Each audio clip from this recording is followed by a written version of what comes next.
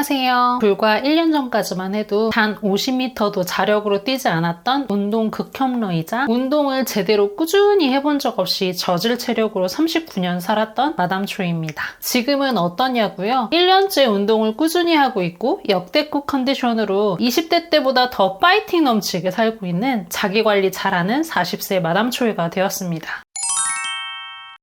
기껏해야 1년 운동해보고 이렇게 이야기하는 게 조금 부끄럽기도 했지만 오래전부터 저를 구독해주신 구독자분께서 운동 영상을 요청해주시기도 하셨고 저처럼 운동 싫어하는 허약체질도 운동 꾸준히 하면 조금 더 좋은 컨디션으로 건강하게 살 수 있다고 이야기하고 싶었습니다. 혹시 운동 제대로 해본 적 있으세요? 아니면 운동 자체를 싫어하세요? 운동할 시간과 체력이 되지 않아서 운동을 못하고 계신가요? 그동안 운동해보려고 하긴 했는데 꾸준히 한 적도 없고 효과도 없으셨나요? 어떻게 하냐고요? 이거 다 제 얘기거든요. 이랬던 제가 1년째 필라테스를 하고 러닝하고 스트레칭을 꾸준히 해오고 있어요. 앞서 이야기한 것처럼 저는 요즘 10대, 20대 때보다 더 좋은 컨디션으로 하루하루 파이팅 넘치게 살고 있답니다. 운동 싫어했던 제가 운동 후 어떤 선물 같은 자잘한 변화가 있었는지 그리고 어떻게 1년 동안 꾸준히 운동할 수 있었는지 이제 이야기해 볼게요. 저 같은 분이라면 영상 끝까지 보시고 마담초이도 했는데 나도 할 수 있겠구나 용기 챙겨가시길 바랄게요.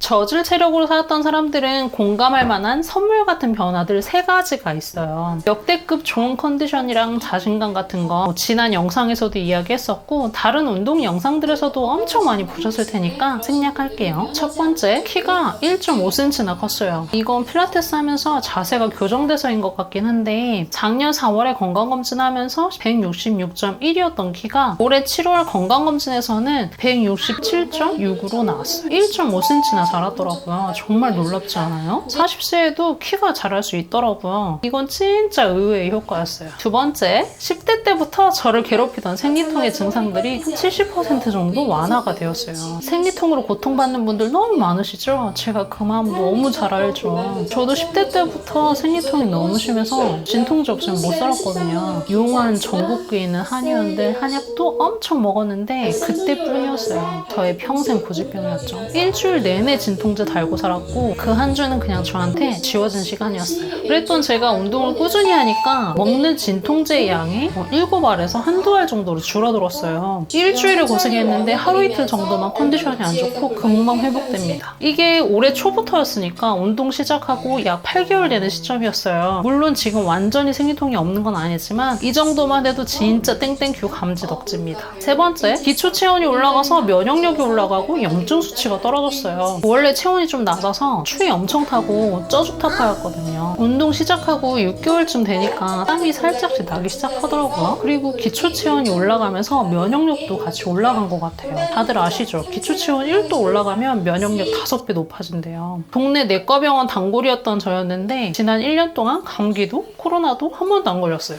저는 이게 운동 덕분이라고 생각하고 있어요.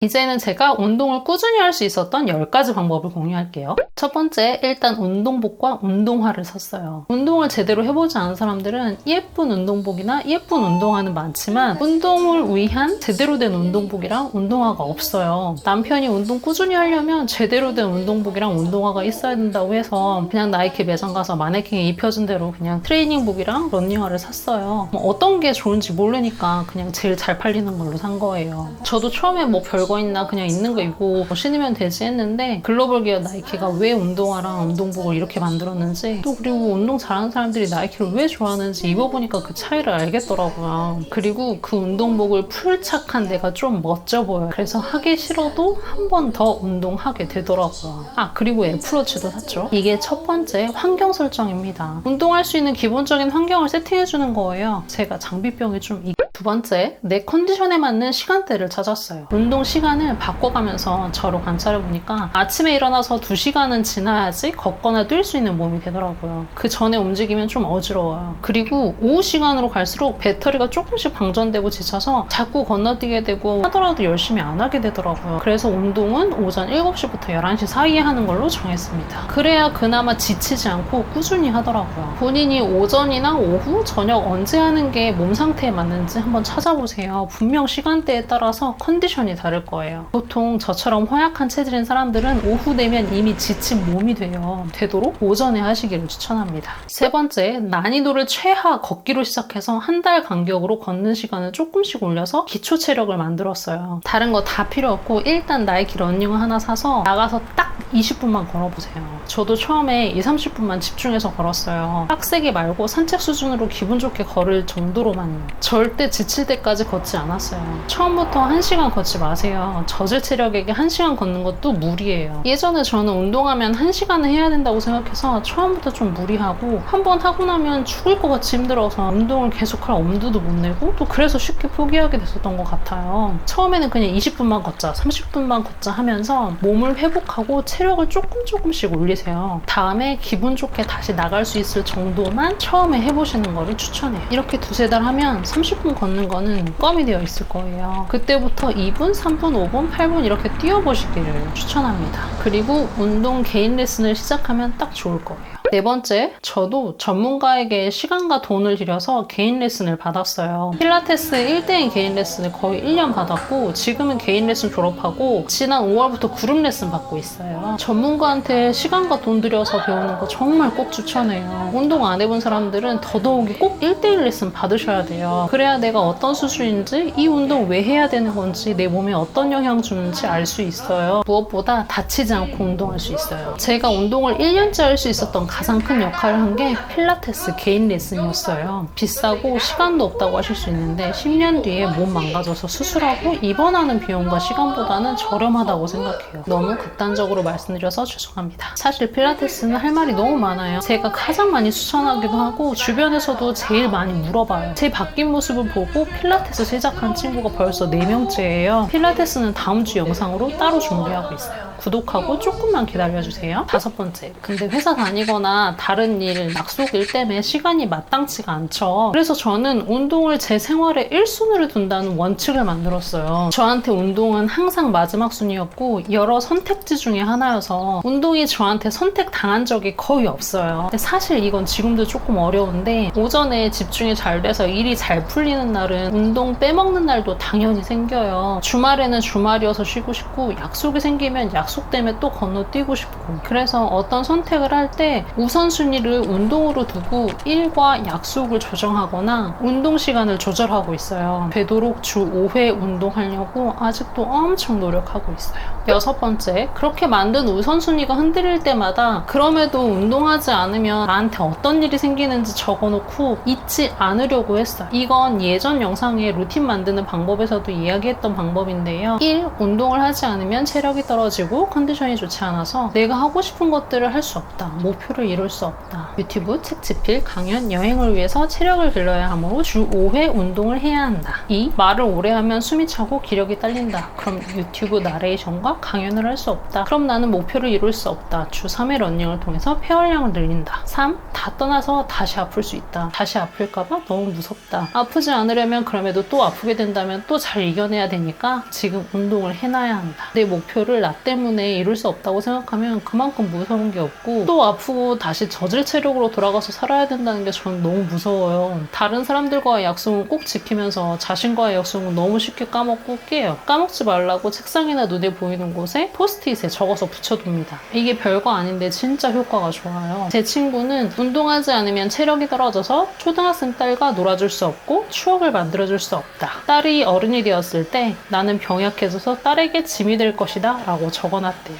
7번째, 우리같이 허약한 저질 체력들한테는 운동은 장기전이에요. 제가 눈 딱 감고 1년은 무조건 해본다 생각하고 시작했어요. 제 스스로 변화를 느낀 건 필라테스 시작한 지 6개월 된 시점이었어요. 그 전에는 골반이랑 허리 통증이 좀 완화되는 정도였는데 6개월 되니까 땀구멍이 열면 땀도 나고 체온도 오르고 근력이 생긴다는 느낌이 들더라고요. 예전에 운동은 한 달만 해봐야지 했던 것 같아요. 한 달 만에 운동 초보가 변화를 느끼려고 했다니 지금 생각하면 너무 조급하고 쉽게 생각했던 것 같아요. 그리고 또 너무 쉽게 포기했던 것 같고요. 8번째, 일주일에 한 번만 해도 나는 운동하는 사람이라고 생각하고 쉽게 포기하지 않았어요. 어떤 이슈가 생겨서 운동을 계속하지 못해도 나는 운동하는 사람이니까 다시 할 수 있을 때 계속하면 돼 라고 생각했어요. 이건 완벽주의인 사람들이 좀 이해하실 거예요. 한번 계획이 어긋나면 그냥 다 안 해버리거든요. 실패 끝 하고 안 해요. 이게 저의 장점이다 단점인데, 운동도 또 그럴 것 같아서 일주일에 한 번만 해도 나는 꾸준히 운동하는 사람이니까 다시 또 하면 된다고 마인드 컨트롤을 했어요. 그리고 힘이 없어서 오늘은 운동 못할 것 같다고 생각이 들어도 일단 운동복 갈아입고 나갔어요. 힘이 없어서 오늘은 아무것도 못하겠다고 생각이 들다가도 일단 나가면 할 만한 날이 있거든요. 대신 그렇게 운동을 나갔는데도 당최 힘이 없어서 못할 것 같으면 바로 집에 들어와서 쉬어졌어요. 9번째, 몸무게를 재지 않았어요. 사람의 보상 심리가 참 무서워요. 희한한 게 땀 흘리고 운동하면 바로 몸무게 변화가 있어야 할 것 같아요. 그래서 체중계 올라갔는데 몸무게 변화가 없어. 그럼 나 진짜 뭐 했지? 싶을 때가 있거든요. 그럼 그냥 안 해 할 수도 있어요. 예전에 제가 그랬거든요. 사람은 보상 심리가 너무 크게 작용해요. 내가 무언가 했으면 바로 보상이 오길 바라죠. 불과 1, 2년 전까지만 해도 저는 매일 아침마다 몸무게를 쟀어요. 제가 운동을 하다 말다 했을 때를 생각해보니까 몸무게를 재고 인바디를 쟀는데 큰 차이가 없다고 느꼈을 때 그냥 관뒀던 것 같아요. 나름 고생해서 노력했는데 숫자는 별 차이가 없으니까 이러나 저러나 별 차이 없는데 그냥 편하게 살자 하고 운동을 포기했어요. 사실 그렇게 빨리 뭔가 변하는 것도 어려운데 좀 조급했죠.